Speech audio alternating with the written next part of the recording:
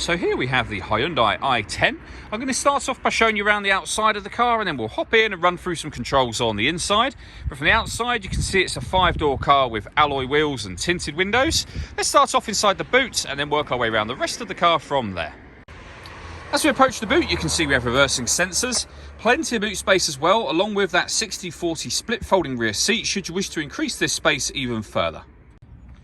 Okay, so we're just going to work our way back round to the front of the car, and then we'll hop in and run through some controls on the inside. But now that we've done a full circle of it, you can see it's in excellent condition the whole way round.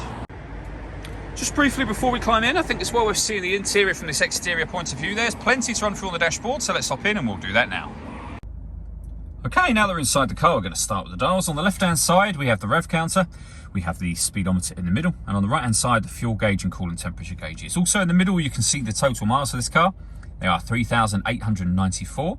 Above that, it will show you what gear this car is currently in. So we're in P for park at the moment. We also have the trip computer information in that section as well. So it will tell you how many miles of fuel are in the car, amongst many other pieces of information, some of which can be reset if you're going on a long journey and you want to keep an eye on that stuff. And the buttons that I was using for that are just here. We have stereo controls on either side and also phone controls underneath here as well. Just to the right-hand side of the steering wheel through there, you can see we have a few buttons, one of which is turned on at the moment. That is the heated steering wheel, which is a lovely extra to have. Over in the centre, we have the touchscreen radio for the car. So you can hit that button to get to your main menu. When it comes to music, we have the radio, of course, and you'll see this car's got DAB, FM and AM radio. If you want to listen to your own music, you can do. At the minute, nothing is connected, so it won't work, but you can connect up an auxiliary device, a USB device. You can stream music wirelessly via Bluetooth audio as well. You can plug in your Android phone for Android Auto and your Apple phone for Apple CarPlay. This car has also got satellite navigation there, as you can see. There's a full video showing how that works on both our website and on our YouTube channel as well. We have the main volume for the stereo just there. Working our way down, we have the climate control. So you can adjust the temperature.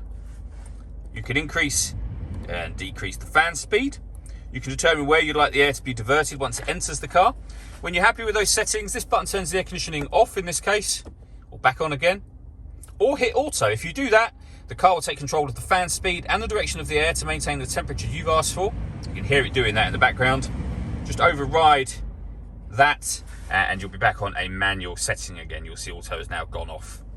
Underneath that section, we have a 12-volt charging socket, the auxiliary and USB inputs I mentioned a moment ago, and that storage as well. We then have the gear lever for the fully automatic gearbox. The last thing I wanted to mention is the sunroof on this car. So you have a sun blind that opens up manually, as you can see, and then a button just here that will open the sunroof section itself.